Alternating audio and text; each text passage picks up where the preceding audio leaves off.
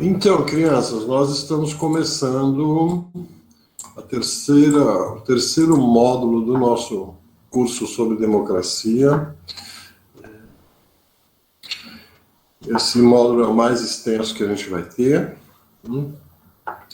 O título do terceiro módulo é Gênero e Interconexões, controle da subjetividade pela exterioridade corpórea.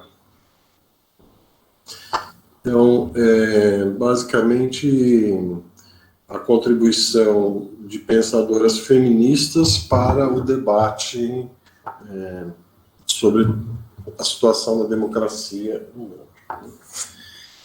Então, algumas pessoas que fizeram a disciplina no semestre anterior sobre filosofia e gênero se lembram que a gente teve uma oportunidade de discutir esse livro aqui, chamado Debates Feministas, né, que é o resultado de uma série de discussões acontecidas na década de 1990 entre 4 filósofas: Sheila Ben-Habib, a Judith Butler, a Trucilla Cornell e a Nancy Fraser.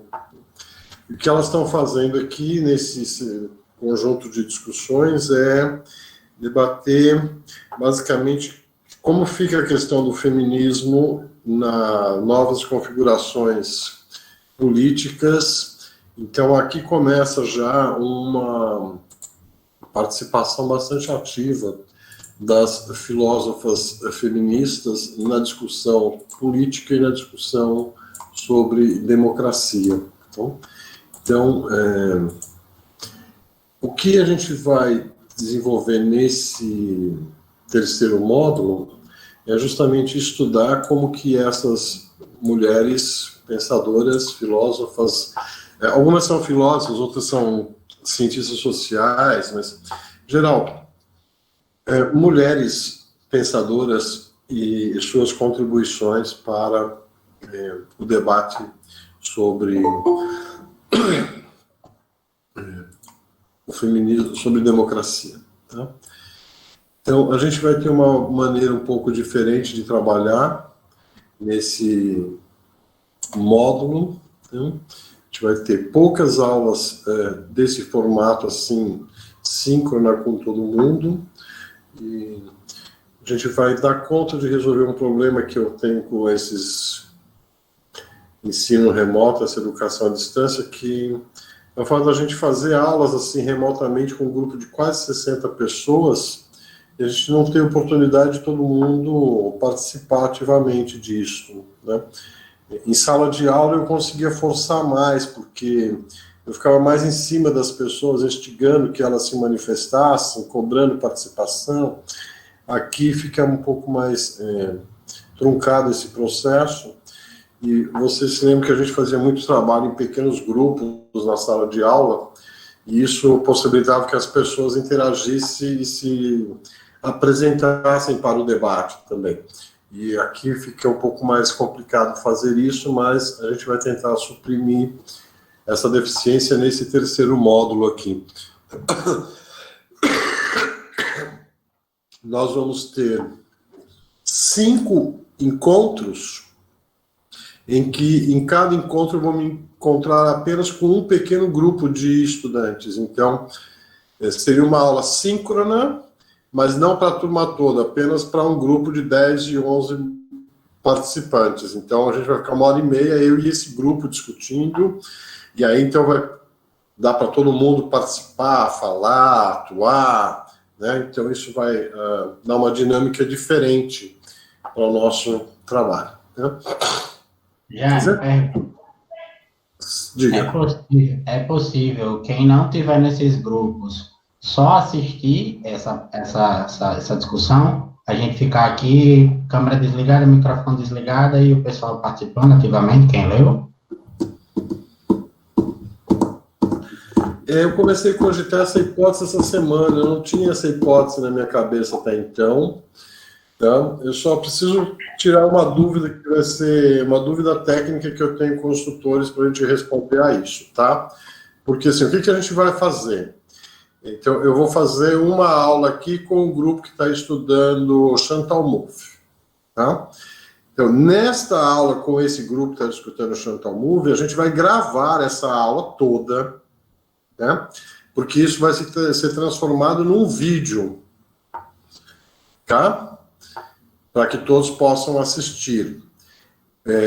Então, depois a gente vai editar esse vídeo, etc, etc.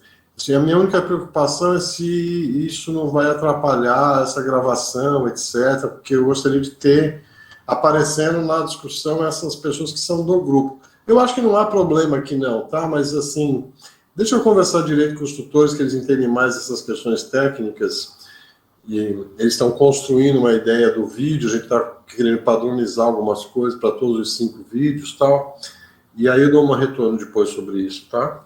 A princípio, acho que poderia a pessoa entrar e assistir e tal, mas vamos esperar para ver. Antes de falar da dinâmica do curso, desse módulo, tá? Deixa eu falar um pouco sobre quem são essas mulheres que a gente vai estudar e por que eu selecionei elas para a gente trabalhar nesse curso, tá? Então, a gente tem várias outras pessoas que a gente poderia envolver nesse debate também, tá? Então, a gente necessariamente tem que fazer alguns recortes. Então, por exemplo, Nancy Fraser, que é uma pessoa que vem discutindo muito sobre gênero, democracia, poder, capitalismo, inclusive, mas a gente já estudou um pouco dela no semestre passado, então eu deixei, por exemplo, a Nancy Fraser de lado, porque eu queria trazer pensadoras que a gente não tinha trabalhado ainda, né? A única que eu estou repetindo de coisa que a gente já fez antes é Judith Butler, mas é uma abordagem bem diferente da Judith Butler que a gente vai trazer aqui do que a gente já estudou dela no semestre passado, tá? Então, quem são essas 5 mulheres que nós vamos estudar nesse período? Eu digo vamos estudar todas essas 5 mulheres porque, embora os grupos vão se debruçar sobre uma autora para fazer o aprofundamento, todos vão estudar todos os 5 autores, tá? Então, por exemplo, no dia que estiver fazendo a aula com o grupo da Flávia Biroli, né, a recomendação é que as outras pessoas aproveitem o horário dessa aula para ler o texto da Flávia Biroli, para depois poder participar. E depois também vão ter os 5 vídeos disponíveis para todo mundo poder ver os 5 vídeos, né? Lembro que no semestre passado a gente trabalhou num outro esquema, que a gente trabalhou com alguns textos de autores. Cada grupo pegava um texto de um autor, depois fazia um resumo desse texto e distribuía para que todo mundo lesse o resumo e pudesse participar do debate. Aqui a gente está substituindo o texto, o resumo, por um vídeo. Então a gente vai ter no final o vídeo dos 5 autores para que todo mundo possa assistir os vídeos e participar. A gente vai ter 2 aulas depois, que vai ser só para fazer o debate sobre os 5 vídeos que todo mundo vai poder assistir. Isso não elimina a recomendação para que as pessoas leiam os textos também que estão disponibilizados, além daquele que é do teu grupo, né? Então eu vou começar falando da Iris Marion Young, que é, das 5 que nós temos, é a única que já nos deixou, né? A Young, ela é norte-americana, nasceu em 1949 e faleceu em 2006. Era professora de ciência política na Universidade de Chicago e trabalhava também, tinha um trabalho muito importante no Centro de Estudos sobre Gênero e no Centro de Estudos sobre Direitos Humanos, né? E ela foi uma pesquisadora que se debruçou, sobretudo, no problema das identidades coletivas. Então, assim, você vai ter uma contribuição importante dela para você pensar os movimentos identitários, né? Então, como que o participar de um grupo gera a construção de uma identidade coletiva e como a construção e a presença dessa identidade coletiva contribui para a superação dos problemas políticos ou o ensejamento de novos problemas políticos. Então, o foco dela é essa ideia da identidade coletiva e como que isso repercute no campo da política, né? Infelizmente, a gente não tem nenhum livro dela traduzido para a língua portuguesa aqui no Brasil, né? Então, esse texto que a gente tem dela é um texto que é um capítulo do livro dela mais importante dela, que é o livro Inclusion and Democracy, Inclusão e Democracia, né? E desse texto, desse livro, que é um livro do ano 2000, então é um livro que ela tem já um debate bastante grande aqui com a teoria crítica, com o Habermas. Então ela vai falar muito de democracia normativa, então volta naquele texto lá do Habermas, quando ele falava da democracia, do discurso, da teoria do discurso, da democracia normativa. Ela vai debater muito com ele isso, vai debater também com Chantal Mouffe nesse texto, né? Então, ela é uma pensadora ali que, embora a gente conheça pouco dela no Brasil, porque não temos traduções, ela está muito inserida no debate com outros pesquisadores, tanto homens quanto mulheres, nesse debate sobre filosofia, né, sobre democracia, até por conta dessa pesquisa enorme que ela tem sobre movimentos coletivos e identidade política, né? Então, esse capítulo que a gente tem selecionado, que é justamente um texto traduzido para o português, que chama, o quarto capítulo do livro dela, que se chama, o capítulo se chama Representação Política, Identidade e Minorias, né? Então, o texto vai examinar os dilemas de inclusão enfrentados pela democracia, ou seja, como que a democracia tenta resolver as demandas por inclusão, né? E, ao fazer isso, ela vai desenvolver um modelo analítico para se pensar na representação de minorias, em termos de compatível com exigências universalistas. Ou seja, como é que eu faço para compatibilizar? Você está falando de democracia, você está falando de um sistema de representação que busca a universalidade da representação da cidadania, mas você tem um problema que é como você dá a especificidade da representação de um determinado coletivo, né? Então, assim, como que é o problema mesmo dos movimentos identitários, como é que você supera esse gap, esse espaço que há entre a representação de um grupo e a representação que deveria ser universalizada em termos de cidadania, né? Então, esse é o mote principal da discussão aqui da Iris Marion Young, nesse texto que vocês têm. Então, para quem vai trabalhar com isso, é fundamental recorrer ao texto lá do Habermas, tá? Que ajuda a entender muito do que ela está falando aí. Ela vai debater muito com o próprio Habermas, tá?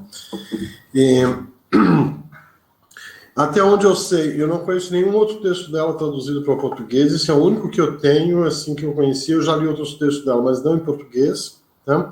Mas existem material, por exemplo, outro dia eu vi uma dissertação de mestrado de uma menina do Rio Grande do Sul sobre o pensamento político da Iris Marion Young. Então existem, provavelmente deve existir artigos por aí, etc., que as pessoas do grupo podem pesquisar e tentar avançar. E, obviamente, se quiser, tem os textos dela em inglês, por exemplo, o próprio livro Inclusão e Democracia, do qual esse capítulo faz parte, tá, pelo que eu sei, está disponível na internet também, esse texto.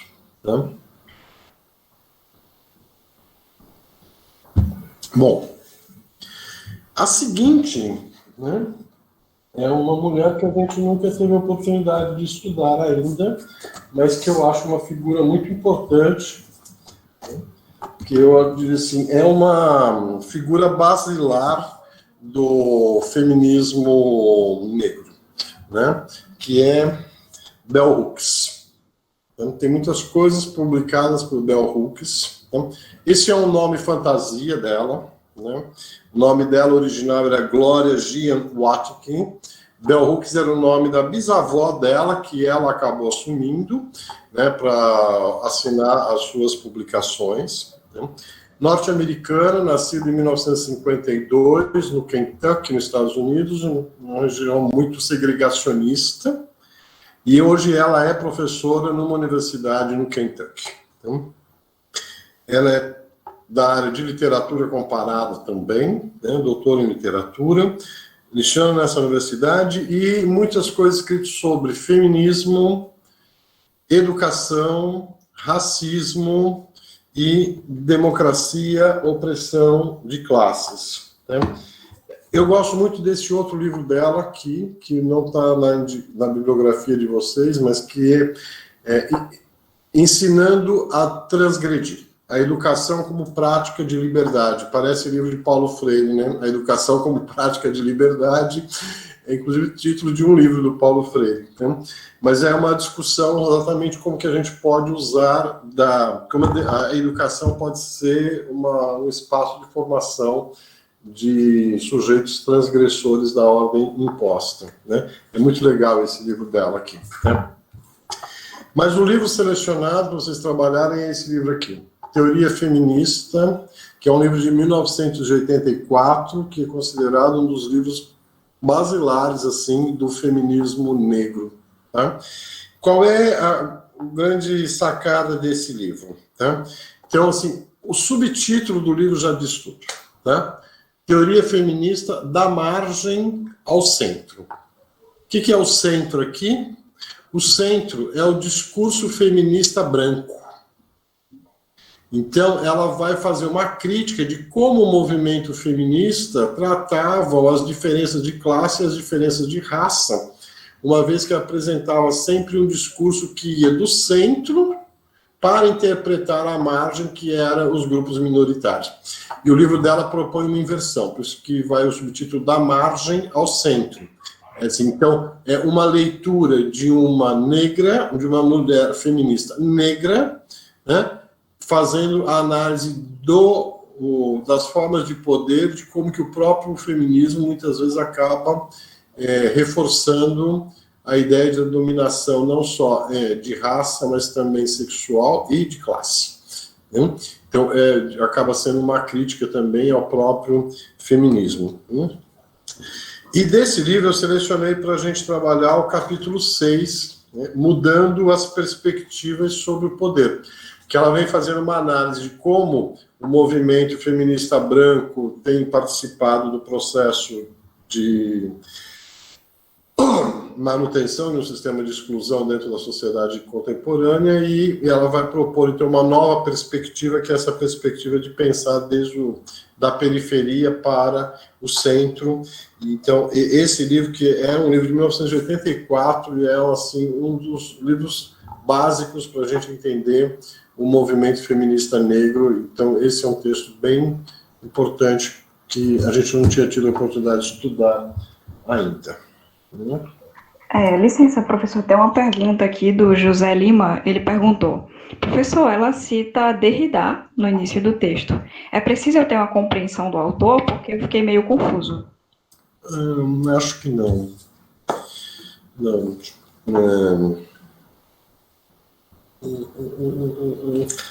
É da autora anterior. Da Mary Young. Foi o Zé. Não, a discussão dela vai falar alguma coisa ali sobre o Derrida, mas eu acho que mais importante é você compreender a teoria crítica mesmo. E Derrida, veja, a gente falou sobre ele acho que aula passada ou retrasada, que a gente falou na aula sobre a Judith Butler, tá? Que a gente discutiu o texto da Judith Butler, que me foi feita uma pergunta sobre o que ela chamava de pós-estruturalismo. E ali eu falei de Derrida, falei do pós-estruturalismo, falei do estruturalismo. Então, eu acho que ali você já tem a referência necessária para entender o que a Mary Young está falando sobre Derrida. Acho que não precisa aprofundar muito, não. Tá? Eu diria que é mais importante você se aprofundar um pouco no Habermas mesmo. Tá? Mais alguma pergunta? Eu posso ir. Não, por enquanto nenhuma não no chat. Tá. Ok. Achei aqui. Ok. Então vamos em frente. Então, a outra autora que eu selecionei para a gente trabalhar é Judith Butler. Tá? que então é uma repeteco, né? A gente já trabalhou com Butler antes, né? Para quem não conhece, é norte-americana também, nasceu em 1956, em Cleveland, é professora de literatura na Universidade de Berkeley, na Califórnia, né? E por que eu estou trazendo Judith Butler para esse debate nosso? Tá? A gente já teve a oportunidade de discutir o texto dela sobre problemas de gênero e o conceito de performatividade, né? De gênero que ela apresenta, gênero como performatividade. Tá? Mas esse livro que a gente está trazendo agora, tá? Que é um livro mais recente dela, não é o mais recente, mas é um livro recente, que é um livro de 2015, né? Que é esse livro aqui, né? Corpos em Aliança e a Política das Ruas. Notas para uma teoria performativa da Assembleia. E aqui que eu quis trazer esse texto, porque a gente já conhece o que a Judith Butler escreve sobre performatividade enquanto gênero.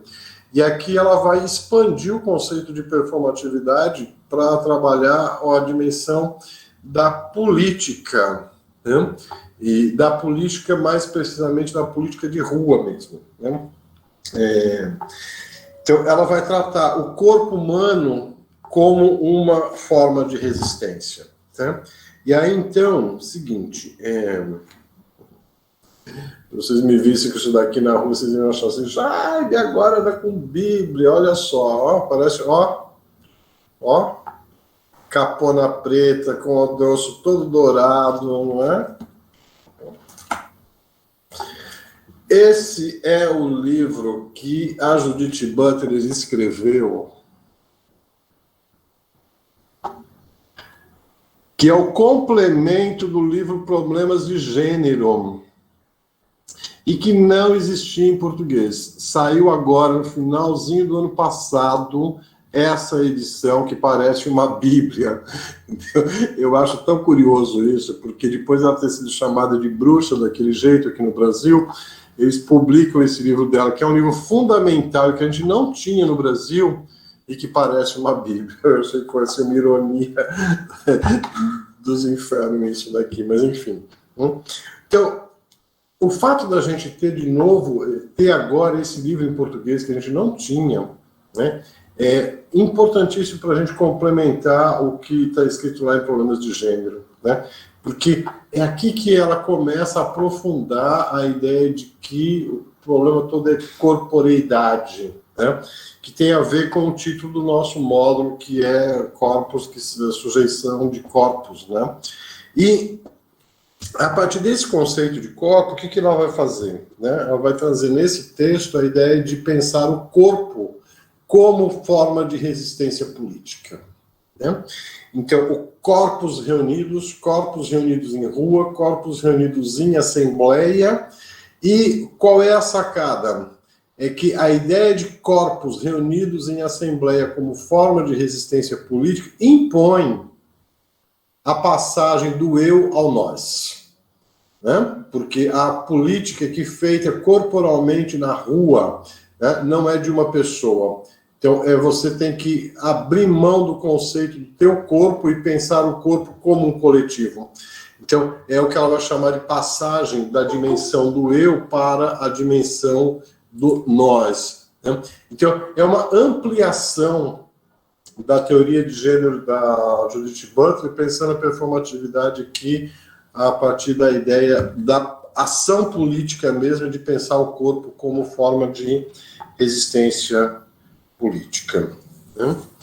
E eu acho que eu selecionei aqui para a gente trabalhar o capítulo 2, que é justamente o capítulo que chama Corpos em Aliança e a Política na Rua, que ela começa a descrever como que, nos episódios que a gente estava tendo de política do começo do século XXI, jornadas árabes, aquelas coisas da Espanha, etc., como que ela vai identificando essa performatividade corporal coletiva na ação política. Então, achei que isso é uma contribuição importante para o debate que a gente tem sobre democracia que a gente está fazendo. Ufa.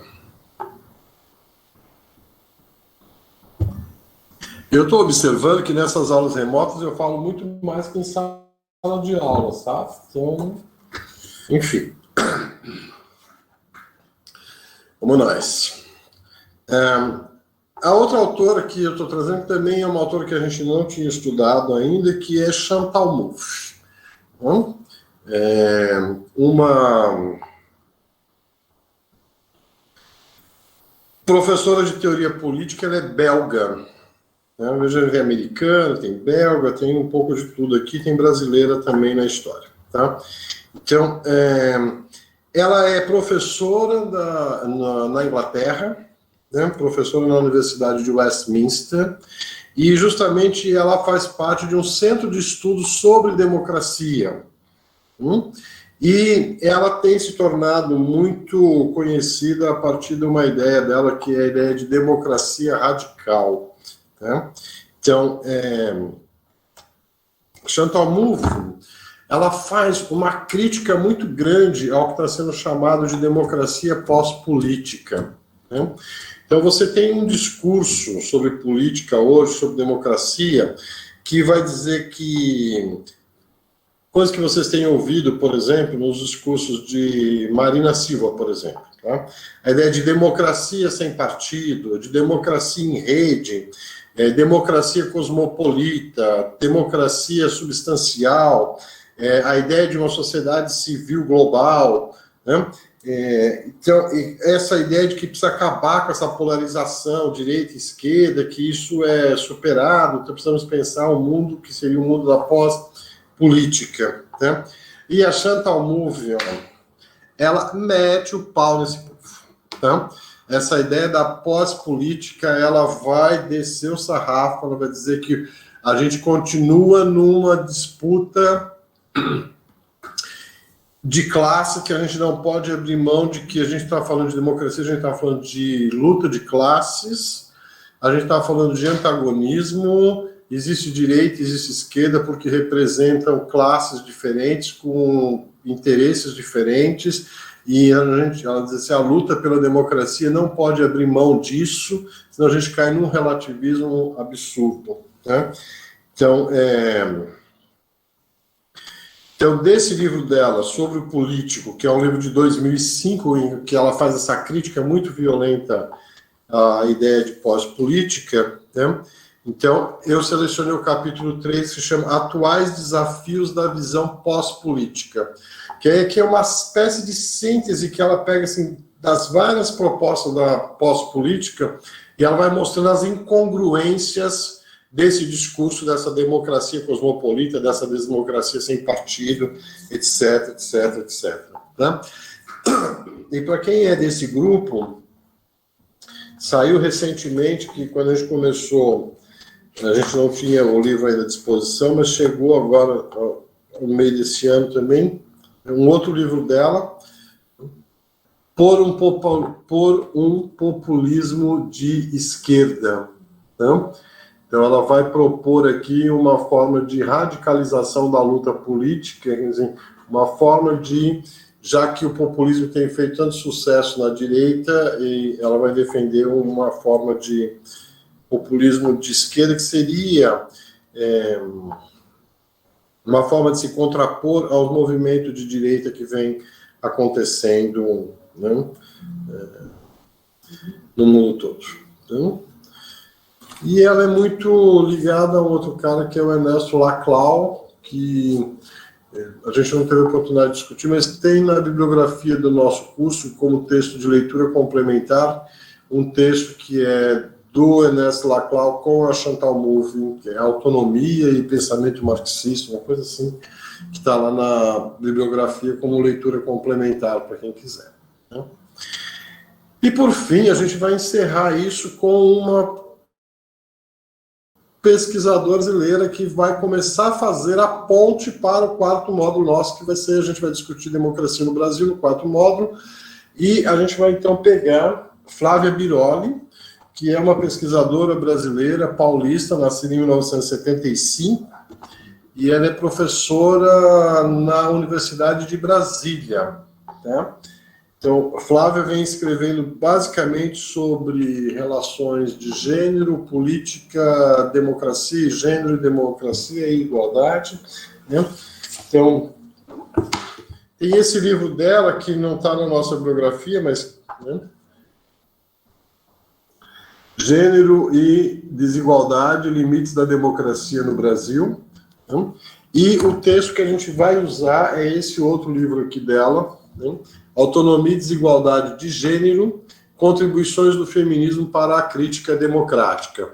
Então, ela vai juntar exatamente, e aqui uma coisa que vai interessar muito a Joyce, a gente até programado que Joyce talvez desse uma aula aqui, que é o primeiro capítulo do livro sobre exatamente autonomia e relações de poder. Então, muito da discussão sobre o que é autonomia e como que a ideia de desenvolver autonomia é comprometida pelas desigualdades de gênero. Né? Então, como que é possível pensar na superação dessas desigualdades de gênero para fortalecer a ideia de uma autonomia? Como é que a gente chega na autonomia superando essas desigualdades de gênero, né? E ela vai discutir aqui com várias dessas outras que nós estamos citando nos outros grupos. Né? Então, essas são as autoras. E, para quem não viu, acabou de sair um livro novo da Flávia Biroli também, que saiu, tem 15 dias saiu um livro novo dela. Tá? Lá no grupo do WhatsApp Discípulos tem até... Alguém postou foto, porque deu um debate no lançamento do livro, então lá tem a referência do último livro dela, que acabou de sair, pela Boitempo. Né? Bom, então isso é o nosso trabalho, tá? Vamos nos concentrar no que essas 5 mulheres têm a nos oferecer para o debate sobre democracia. E aí você vê, assim, são abordagens diferentes, de lugares diferentes, mas essa é a ideia mesmo, de a gente ir abrindo o leque para diferentes perspectivas, né? Um vai falar mais sobre corporeidade, outro vai falar sobre as discussões políticas, mas sempre no foco de como que todo debate nosso sobre democracia é um debate muito amplo, né? Então, o que a gente está fazendo aqui, na verdade, é montar uma espécie de mosaico com várias peças que nos ajudam a compreender a crise que a gente está vivendo na democracia e, obviamente, instrumentalizar possíveis ações a partir da compreensão da realidade que nós estamos vivendo. Né?